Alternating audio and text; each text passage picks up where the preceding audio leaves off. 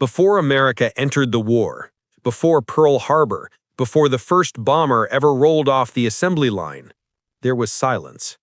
A silence filled with uncertainty, with disbelief, with the illusion that oceans could still protect a continent.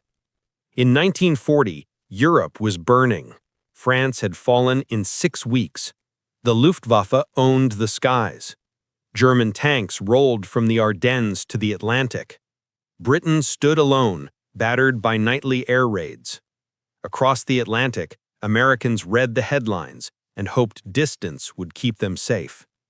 But inside the White House, Franklin D. Roosevelt knew that hope was not a strategy. He saw the storm coming, and he understood that if the United States was to survive it, it would not be by building armies, but by building machines.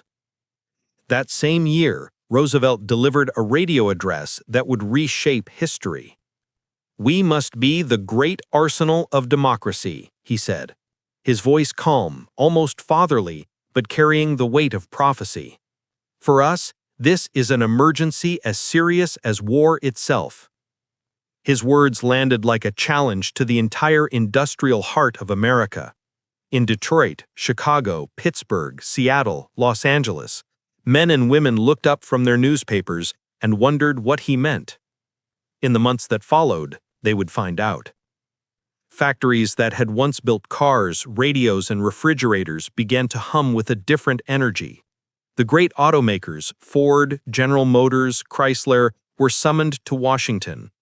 Executives arrived in tailored suits, confident in their assembly lines, but skeptical that civilian industry could build weapons of war.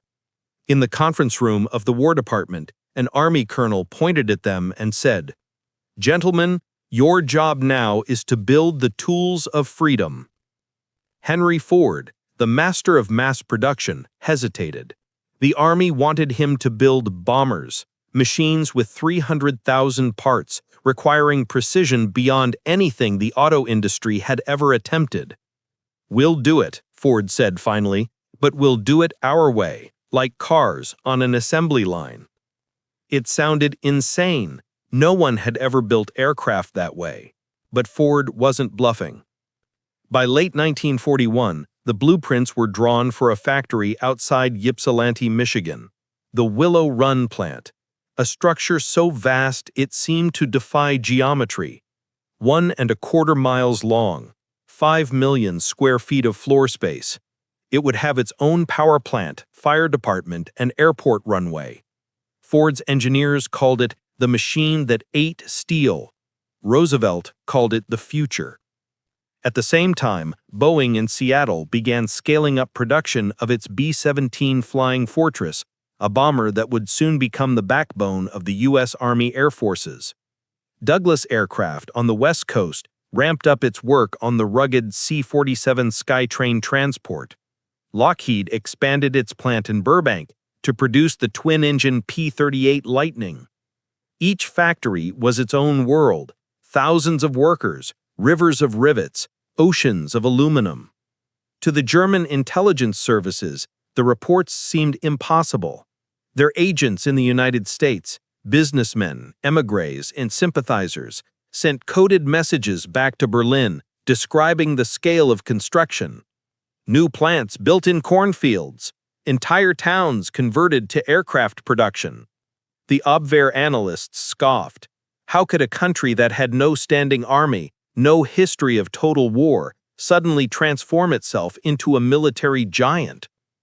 They didn't understand the truth, that America's strength wasn't in armies or emperors, but in its factories, in its people, in the sheer size of its imagination. In December 1940, the first test of that imagination arrived. Britain, under siege and desperate for supplies, sent emissaries to Washington, pleading for aircraft. The RAF had lost hundreds of fighters during the Battle of Britain. The Luftwaffe seemed endless. Roosevelt promised help, but his Own Air Corps was tiny, fewer than 3,000 combat-ready planes. The answer came not from the military, but from industry. At Boeing, engineers worked through the night refining the B-17's design. At Lockheed, The assembly lines ran overtime to deliver Hudson bombers for British coastal patrols. North American Aviation, a young company in California, proposed a radical new fighter for the British, the P-51 Mustang, designed and built in just 117 days. That miracle of engineering would soon become one of the deadliest aircraft of the war, but in 1940, it was simply proof of what American industry could do when challenged. The transformation spread like wildfire. Shipyards in Newport News, Philadelphia, and San Francisco began laying keels for destroyers and carriers. Steel mills in Pittsburgh glowed through the night, pouring armor plate by the ton. Railroads converted passenger trains into troop transports. Farmers' sons from Iowa built engines. New York socialites volunteered as Red Cross workers. It wasn't just industry, it was national mobilization, the largest in human history. Still, much of it was invisible. The United States had not yet entered the war. Officially, it was still a supplier, not a combatant. But the machine was already moving. Then came December 7th, 1941. When the news of Pearl Harbor reached Detroit, the assembly lines paused for a moment, then roared back to life. Ford executives met that same night. One of them said, "Now we're in it, all the way." The next morning, at Boeing, workers hung a sign on the wall, "Remember Pearl Harbor and keep 'em flying." In less than 72 hours, Roosevelt signed executive orders converting the entire industrial base of the nation to wartime production. Civilian automobile production was halted completely. No new cars were to be made. Factories that had built sedans and convertibles were stripped of chrome and leather, their presses retooled for aluminum and steel. Detroit became the arsenal of democracy in name and reality, stamping out tank treads instead of fenders, bomber fuselages instead of car doors. By the end of 1942, more than 20,000 American companies were part of the war effort. Toolmakers, textile mills, chemical labs, and small machine shops all fed the same engine. The system was chaotic, enormous, and wildly ambitious, but it worked. When German agents relayed production figures that winter, Berlin dismissed them as fantasy. They claim America will produce 50,000 aircraft next year. Such numbers are impossible. They weren't. In 1942, American factories built 47,800 aircraft. By the next year, that number would nearly double. The arsenal of democracy had awakened, and the world, especially Germany, had no idea what was coming. By 1942, the noise of war was no longer distant thunder from across the Atlantic. It was the sound of hammers and rivet guns echoing through every factory in America. Sparks flew from assembly lines that stretched farther than city blocks. The scent of oil, hot metal, and human effort filled the air. It was the smell of transformation. The United States, once a nation of peace and production, had become something new, an industrial organism built for total war. From the air, Willow Run looked like an aircraft carrier made of concrete, anchored in the farmlands of Michigan. Its roof was so vast that pilots used it as a landmark on cross-country flights. Inside, under the harsh glare of sodium lamps, tens of thousands of workers stood shoulder to shoulder, building bombers in synchronized motion. The plant consumed 500 tons of steel, 10,000 sheets of aluminum, and 15,000 pounds of rivets every single day. At full power, the assembly line would roll out one B-24 Liberator every hour. They called it the machine that ate steel. Each morning, buses arrived from nearby towns and villages, carrying men and women who had never seen an airplane up close, let alone built one. Housewives, farmhands, teachers, and teenagers traded aprons and textbooks for overalls and gloves. They learned fast.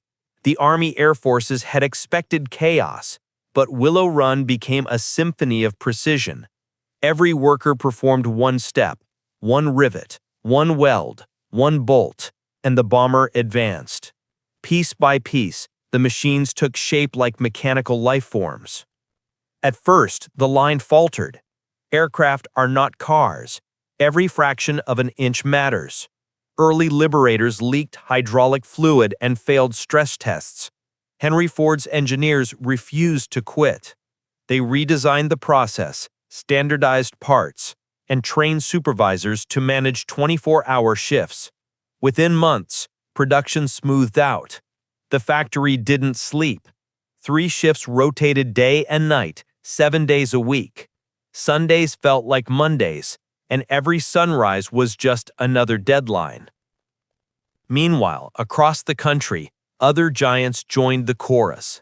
Boeing's Plant 2 in Seattle became the beating heart of the B-17 Flying Fortress program. From its assembly bays, the massive bombers emerged one after another, wings wider than houses, each one built with more than 300,000 rivets. Boeing installed blackout curtains so enemy spies could not photograph the layout. At its peak, the plant employed over 50,000 people, including thousands of women who learned to rivet, weld, and calibrate instruments with the patience of surgeons. Men go to war, one supervisor said, but women build the wings. In California, Lockheed and Douglas Aircraft did the same. At Lockheed's Burbank plant, engineers designed jigs and fixtures so precise that P-38 Lightnings could be built faster than ever imagined. Douglas's Santa Monica facility turned out C-47 Skytrains by the hundreds, the humble cargo planes that would carry paratroopers to Normandy and supplies over the Himalayas. To feed these production lines, America built new cities of logistics, refineries, rail yards, and aluminum smelters that turned raw ore into flight. It was a civilization of machines, an empire of motion powered by human hands. Inside these factories, the rhythm of industry replaced the rhythm of nature. The sound of rivet guns came in bursts. Tack, tack, tack, pause. Tack, tack, tack. The conveyor belts hummed like rivers. Workers on night shift said the buildings glowed from within, light spilling from thousands of windows. You could drive from miles outside Detroit and never escape the noise of production. In 1942 alone, 6 million new workers joined the defense industry. 500,000 were women. They came from every background: farm girls from Iowa, seamstresses from New York, black workers from the South escaping Jim Crow, Native and Hispanic Americans seeking wages that finally matched their labor. The government's propaganda posters called them Rosie the Riveter, but the truth was larger. America's war machine ran on diversity before the word even existed. At the Bethlehem Steel Shipyard, 24-year-old welder Mary Doyle recalled, "We weren't building ships, we were building freedom." While the factories roared, spies watched. In Lisbon, Stockholm, and Buenos Aires, German agents collected every scrap of data they could: shipping manifests, industrial contracts, radio intercepts.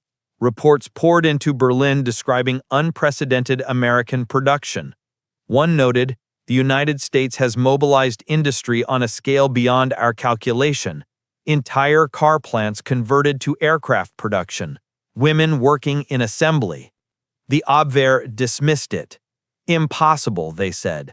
"No nation can build airplanes like automobiles." They were wrong. In less than 2 years, the U.S. aircraft industry expanded from 11 manufacturers to more than 200, from 20,000 workers to nearly 2 million. American industry had become a force of nature, decentralized, self-sustaining, immune to bombing or blockade. Factories in Kansas, Texas, and Oregon worked in parallel. If one burned down, another could pick up production in days. Every bolt was documented, every wing interchangeable. What had taken months in 1940 now took hours. It was not genius that built this system, it was discipline. In Washington, the War Production Board became the brain of the entire organism. Under Donald Nelson, former executive of Sears Roebuck, the board tracked every ton of steel, every drop of oil, every rivet produced in the country.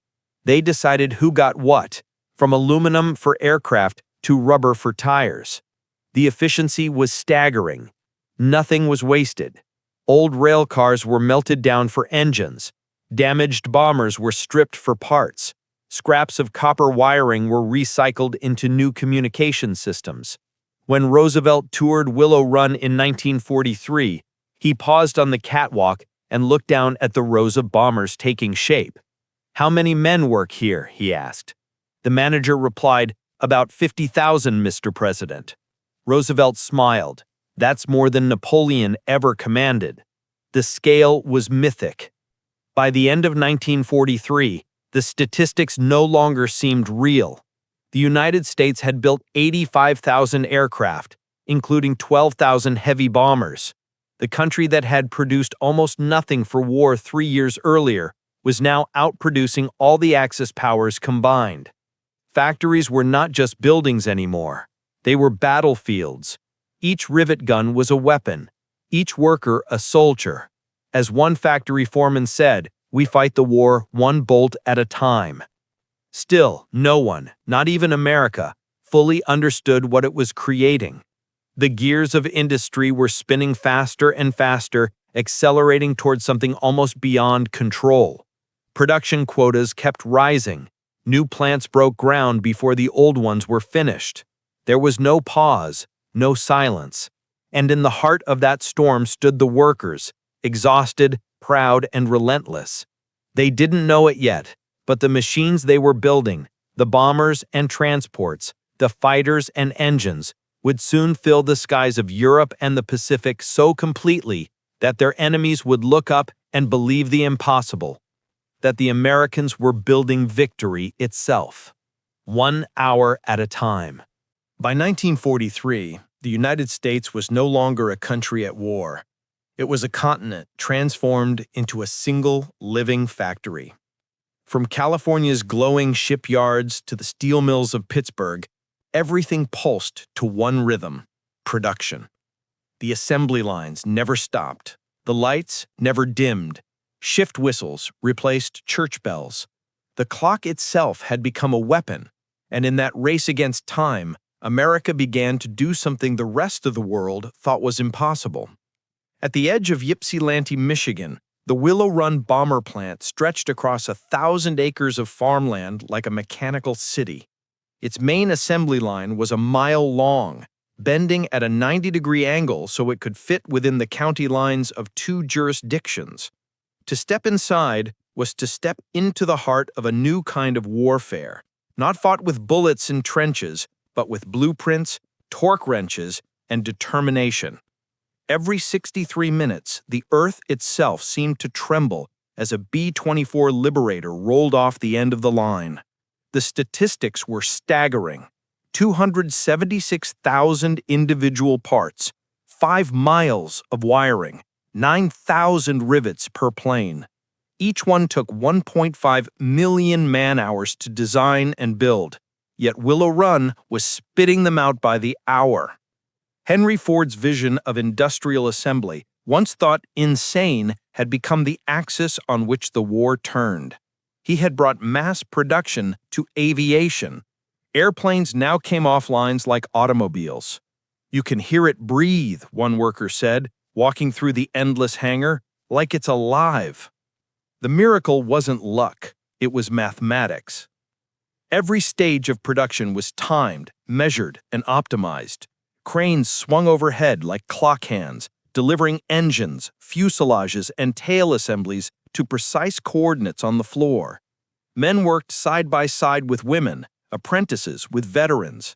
Supervisors with stopwatches monitored every motion, a system Ford called progressive perfection. Each tool was placed exactly where it was needed, every action rehearsed until it became instinct. To feed Willow Run, trains arrived day and night carrying aluminum, rubber, glass, and gasoline. They called it the supply snake, and its head never stopped moving. When shortages hit, and they always did, the government stepped in. New mines opened, refineries expanded, and highways were built just to keep the plant alive. By 1944, Ford had built 8,685 B-24 bombers, more than any other manufacturer on Earth. But Willow Run was only one of dozens of such miracles.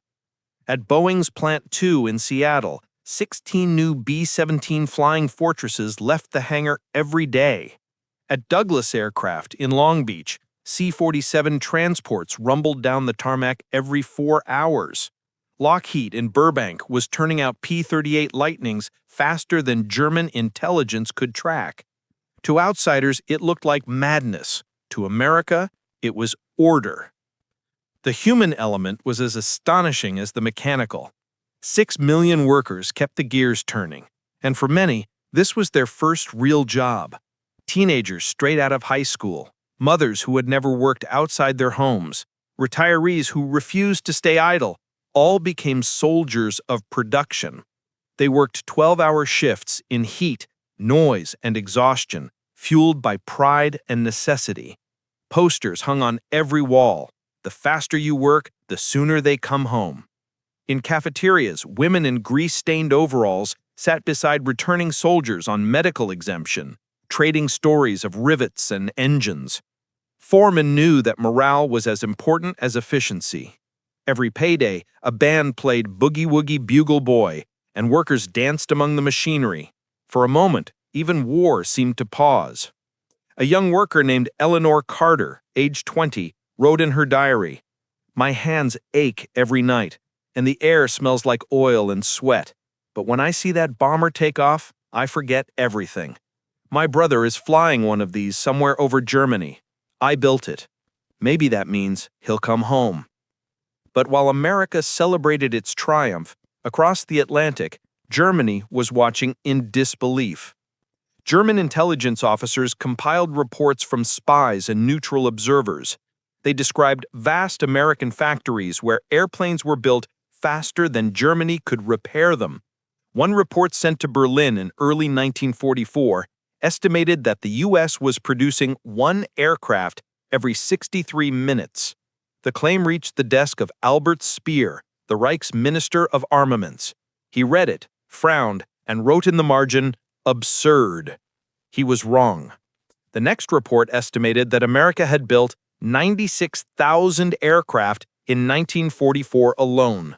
That meant 263 airplanes every day, 11 an hour, from factories operating around the clock. Speer refused to believe it. He couldn't. His own empire of production, already strained by bombings and fuel shortages, was collapsing under Allied pressure. German aircraft production that year would total only 40,000, and most of those would be destroyed faster than they could reach the front lines. The Allies had achieved something even more devastating than military superiority: industrial invincibility. Every bomber that left Willow Run could carry 8,000 pounds of explosives and fly 2,000 miles. Every fighter that left Lockheed or North American Aviation could escort those bombers all the way to Berlin.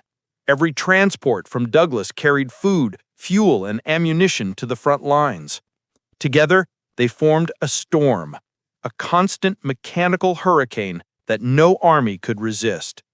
The skies over Europe became the visible proof of America's miracle. B-17s and B-24s flew in formation so vast that witnesses compared them to migrating flocks of steel birds. When the sunlight caught their wings, the horizon glittered like water. A German civilian near Hamburg later recalled, "The sky was silver.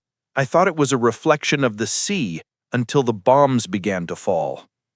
The miracle came at a cost. Inside the factories, exhaustion was constant. Accidents happened daily. Workers collapsed from heat and strain. But no one stopped. America had found its identity in the rhythm of production. To build was to fight. Even Roosevelt, visiting a plant in 1944, stood in awe. Watching the endless line of aircraft emerging from the hangar, he whispered to his aide, "This is what victory sounds like." In the control room above the floor, a supervisor looked down at his stopwatch. Another plane was rolling out. He smiled and said, "Right on time." exactly 63 minutes since the last one. By the end of 1944, it was official.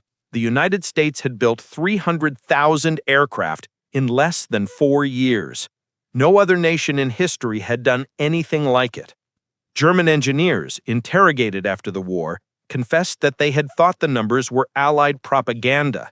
One of them, former Luftwaffe officer Heinrich Bleichrodt, said bitterly, "We did not lose to soldiers, we lost to factories." The truth was even simpler. Germany had been outbuilt. America had turned its factories into frontlines, its workers into warriors, and its machines into the very definition of inevitability. When a reporter toured Willow Run in December 1944, he described the experience in a single sentence. "It feels less like visiting a factory than walking through the bloodstream of victory." The 63-minute miracle wasn't just about speed. It was about scale, precision, and faith. It was the moment when the idea of limit vanished from the American vocabulary. And the world, watching from the ruins of Europe, finally understood that the war was no longer being fought in trenches or skies. It was being fought in the rhythm of machines, and America's machines would never stop. By 1944, the world had turned upside down. What had once been the most feared military machine on Earth, Hitler's Wehrmacht, now fought with its back to the wall, while the skies above its cities burned with the thunder of American bombers. The invincible Reich, which had rolled over Poland, France, and the Low Countries in months, was now being rolled over by something far less romantic and infinitely more terrifying: mathematics. Germany could no longer fight numbers. Every morning, somewhere in America, factories came alive like cities made of steel. The whistle blew, and 6 million workers, men, women, immigrants, and sharecroppers, took their stations. Overhead lights flickered on across Boeing's Plant 2 in Seattle, across Lockheed's hangars in Burbank, across Douglas's assembly lines in Long Beach. Thousands of hands reached for tools, machines began to hum, and, exactly on schedule, bombers began to move down the line. In those same hours across the Atlantic, Germany's cities woke to sirens. The Luftwaffe pilots could see the truth long before Berlin did. They climbed into the morning sky, engines screaming, and saw formations so vast that they blotted out the sun. From wingtip to wingtip, the American bombers stretched for miles, gleaming, relentless, escorted by hundreds of long-range fighters. They looked like a factory in the sky, one German ace recalled years later, an endless stream of machines that never stopped. The phrase would stick, "Sky Factory." And it was true. Each wave of bombers carried more explosive tonnage than Germany could produce in an entire week. Every city, every rail line, every refinery was under attack. And for every bomber shot down, America built 5 more. The math was cruel. In 1944, the United States built 96,000 aircraft. Germany built 39,000 and lost 28,000 of them in combat. At one point, the Luftwaffe High Command tried to calculate the replacement rate. They stopped when the numbers became meaningless. "We can no longer replace losses," one officer admitted. "They can replace the war itself." Inside the Reich, Albert Speer, Hitler's armaments minister, fought a losing battle with physics. His factories were buried underground to hide from bombers. His workers were starving slaves pulled from concentration camps. Fuel was scarce, steel scarcer still. He called it miracle production, but the miracle was an illusion. The Reich's entire industrial output in 1944, tanks, aircraft, munitions, equaled barely 1 month of American production. By contrast, at the Willow Run plant, Ford's assembly lines were still rolling. Every hour, another bomber. Every day, another 50. By night, the plant glowed red with heat, the windows sweating with condensation. Workers on the late shift called it the Forge of Freedom. To the people inside, the war felt distant, a storm happening far away. But to the German soldiers crouched in the rubble of Aachen or St. Lo, the storm was very real. They could hear it. When the bombers came, they came not as machines, but as a sound, a low, rolling growl that built from horizon to horizon. Civilians called it the whisper of iron. Soldiers called it the sound of the end. On the ground, German factories could no longer keep pace. Bombs rained down on rail yards, bridges, refineries, ball-bearing plants. Entire industries were erased overnight. The synthetic fuel program, the last hope of keeping the Luftwaffe in the air, collapsed under constant bombardment. By late 1944, the Reich's fighter planes were running on fumes, sometimes taking off only to crash from lack of fuel. Meanwhile, American production surged. Boeing's B-29 Superfortress program came online, a bomber so advanced that it made everything before it look obsolete. It could fly higher, faster, and farther than any interceptor Germany possessed. The B-29 was the culmination of the entire American industrial miracle, a machine so complex that only a nation with limitless labor, materials, and willpower could have built it. One captured German engineer reportedly muttered, "We are fighting gods with hammers." Even when the Reich introduced its so-called wonder weapons, the V-1 flying bomb, the V-2 rocket, and the jet-powered Me-262, they were too few, too late, and too fragile. The rockets killed civilians, but changed nothing.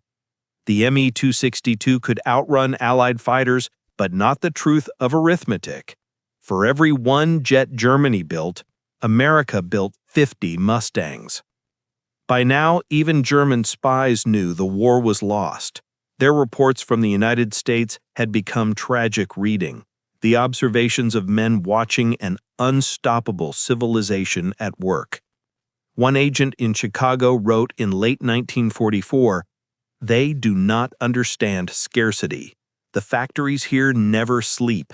Each day they build what we build in a month. The war for them is an engineering problem, and they are engineers." He was right. Meanwhile, on the battlefields of France, the results of that production were written in fire. When the Allies landed at Normandy in June 1944, every tank, truck, rifle, and rations crate that came ashore was born in those same factories. Every Jeep that rolled through French villages carried steel pressed in Michigan, rubber molded in Ohio, and engines assembled in Illinois. To the German troops fighting in the hedgerows, the difference was impossible to ignore. They ran out of ammunition in days. The Americans never did. They salvaged parts from wrecked tanks. The Americans simply brought more. One German captain captured near Falaise told his interrogators, "You fight like a machine. You never stop." The interrogator replied, "We can't stop. The factory won't let us." By early 1945, the war's outcome was no longer in question. Hitler ranted about betrayal and faithless allies, but the truth was simpler. He had gambled against a nation that could turn factories into weapons. The Reich had built its empire on conquest. America had built its empire on production. The difference was absolute. When the last American bombers flew over Berlin in April 1945, the sky was so thick with contrails that they cast shadows on the streets below. A German schoolteacher watching from a cellar window wrote in her diary, "They say God made the heavens, but today the heavens belong to America." After the surrender, Allied intelligence teams entered Germany's ruined cities and factories. They found Spies records, charts comparing German and American production. The numbers were staggering. Aircraft built 1940 to 1945, USA 297,000. Germany 119,000. Tanks built USA 86,000. Germany 46,000. Trucks built USA 2.3 million. Germany 350,000. Merchant ships launched USA 5,777. Germany 360. The war had been fought in the skies, but won in the workshops. When the German industrialists who survived the war were interrogated, they spoke with awe rather than hatred. One said, "Your country fights with factories, not soldiers. We had engineers. You had a civilization." And another, the director of Messerschmitt, simply said, "We believed in genius. You believed in work. That was our mistake." And perhaps that was the truest lesson of all. The Sky Factory had proven that the future of warfare and of civilization itself would belong not to the nations that conquered land, but to those that could build faster than their enemies could destroy. When the last B-24 rolled out of Willow Run in June 1945, workers stopped their machines, took off their caps, and stood in silence. For 3 years, they had built bombers without pause. Now the war was over, and the plant was quiet for the first time since it opened. Outside, sunlight streamed through the hangar doors. A few of the workers wept. Others simply stared at the empty floor where another bomber should have been. Someone whispered, "We built freedom here." And for once there was no reply, only the sound of wind moving through the rafters of the Sky Factory that conquered the Reich. In August 1945, the war ended not with a roar, but with a silence so vast it felt almost unnatural. The bombers stopped flying, the assembly lines stopped moving, the forges cooled. After 4 years of total mobilization, the machine that had built victory finally exhaled.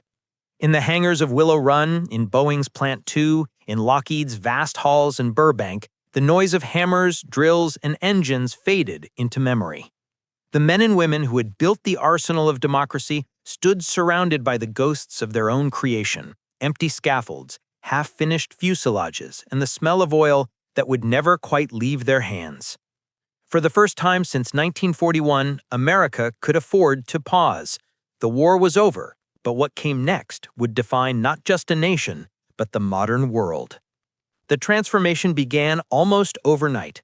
President Truman's administration issued orders to halt war contracts, to convert the engines of war into engines of peace. The factories that had built bombers and tanks began retooling for refrigerators, automobiles, washing machines, and tractors. The men and women who had spent years turning steel into wings now turned it into prosperity. At Willow Run, the assembly lines were stripped of jigs and fixtures meant for the B-24 Liberator. In their place came new designs, family cars for peacetime America. Ford Motor Company called them victory vehicles. The same workers who once built aircraft that dropped bombs on Hamburg now welded cars destined for driveways in Kansas and California. The transformation was as complete as it was symbolic. The hum of the nation changed key from the roar of war to the rhythm of peace. But the world did not forget what had been built. Allied investigators studying the wreckage of the Third Reich pieced together the story of how German intelligence had completely underestimated the United States. The reports, now declassified, showed disbelief bordering on denial. One 1943 dispatch from Lisbon to Berlin read, "The Americans build aircraft in factories so large they have their own weather. The claim that one bomber leaves the line every hour cannot be true." It was true. Historians would later call it the industrial miracle. It wasn't just the number of machines that America built, it was how it had learned to think like a machine. The war had turned logistics into an art form, mass production into a philosophy, and innovation into a weapon. For the first time in history, the full power of a modern economy had been harnessed towards one singular purpose. And that power, once unleashed, could not be put back in the box. In 1946, the factories that had birthed the arsenal of democracy became the foundation of a new global order. The same production systems that once built B-24s now built airliners, helping to shrink the world.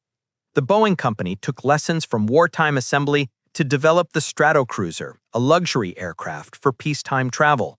Douglas, once the maker of the C-47 transport, turned its knowledge into the DC-6, which carried passengers instead of paratroopers. Even the B-29 Superfortress, the bomber that ended the war over Japan, gave birth to a new generation of civilian aviation, its design repurposed for cargo and commerce. The world that had been torn apart by flight was now being stitched back together by it. The irony was impossible to miss. The same machines that had brought death now carried businessmen, tourists, and mail across oceans. The arsenal of democracy had become the workshop of the modern age. In Germany, the engineers who survived the war were stunned when they finally saw the full scope of America's industrial output. Men like Albert Speer and Willy Messerschmitt, interrogated by Allied officers, admitted they had never believed the reports sent by their own spies. Speer confessed during his Nuremberg testimony, "We lost not to a superior strategy or to numbers in the field, but to the industrial imagination of the United States. They fought war as engineers fight gravity, by overcoming it." The phrase entered history books as the essence of America's wartime identity, industrial imagination. Meanwhile, on the home front, millions of returning veterans found jobs waiting for them in those same factories. The GI Bill sent them to schools and colleges, while wartime technology spilled into civilian life. Radar became television. Military logistics became interstate highways. The same engineers who had designed wing spars now built bridges, power grids, and the infrastructure of a new century. Rosie the Riveter, once the symbol of the home front hero, became the symbol of equality. Women who had proven their skill in war refused to return quietly to domestic life. Many stayed in the workforce, sparking the earliest seeds of the modern women's movement. The war had not just built machines, it had rebuilt society. And yet, amid all the triumph, there was also reflection. The very factories that had produced freedom had also produced unimaginable destruction. American pilots flying the bombers born in Willow Run in Seattle had reduced entire cities to ash. In the aftermath, some of the same engineers who had once toasted record production now questioned the price of their achievement. A Boeing engineer named Harold Sanders, who had overseen B-17 design, wrote in his journal in 1946, "We built 1,000 planes a month and never stopped to ask if we should. We were drunk on speed and progress. Only now do I wonder what kind of gods we became." His words captured the contradiction of the post-war world, the uneasy balance between technological triumph and moral reckoning. The machine had proven that humanity could build anything, but had also proven that humanity could destroy everything. By the early 1950s, the United States had become the workshop of the planet. Its economy dwarfed all others. The production systems refined during the war gave birth to consumer abundance: cars, televisions, appliances, airplanes, highways. The spirit of Willow Run lived on in every factory and suburb. But deep down, there remained the memory of what it had all begun as: a desperate race for survival, born from fear, forged in sweat, and powered by belief. The workers who had built those bombers remembered the long nights, the roaring furnaces, the smell of aluminum dust. They remembered the noise that never ended. Some said they could still hear it years later in their dreams: the pounding of rivets, the rhythmic clang of machines, the heartbeat of a nation that had refused to stop. On the 20th anniversary of D-Day, a group of surviving factory workers gathered at the now silent Willow Run plant, its hangars empty and echoing. They walked through the vast halls where bombers once took shape, tracing their hands along rusted conveyor belts and faded tool markings. One woman, who had just been 19 when she started riveting tail sections, looked up at the sunlight streaming through broken windows and said quietly, "We didn't know what we were making. We just knew we had to win." And we did. The others nodded. Around them, dust motes danced in the golden light like the ghosts of all the bombers that had once risen from that floor. Outside, a single plaque read, "This was the arsenal of democracy, where freedom was built, one plane at a time." That phrase, "one plane at a time," became the true legacy of America's industrial miracle. It wasn't magic, and it wasn't destiny. It was work. Millions of hands, millions of hours, and an unshakable belief that the impossible could be made routine. The German spies had been right about one thing. They had witnessed something beyond comprehension. Because in the end, America didn't just build bombers every hour, it built an idea. The idea that a free people, united in purpose, could outbuild tyranny itself. And when the war ended, those same machines and the spirit behind them didn't fade away. They became the foundation of a new world. When historians look back on the 20th century, they see the shadow of those factories stretching across time, proof that the greatest weapon ever forged was not a bomb or a plane, but the will to build something. For in 1944, under the glare of factory lights, humanity proved something astonishing. That with enough hands, enough hope, and enough hours, a free nation could build a new bomber every 63 minutes, and from that miracle, build the future itself.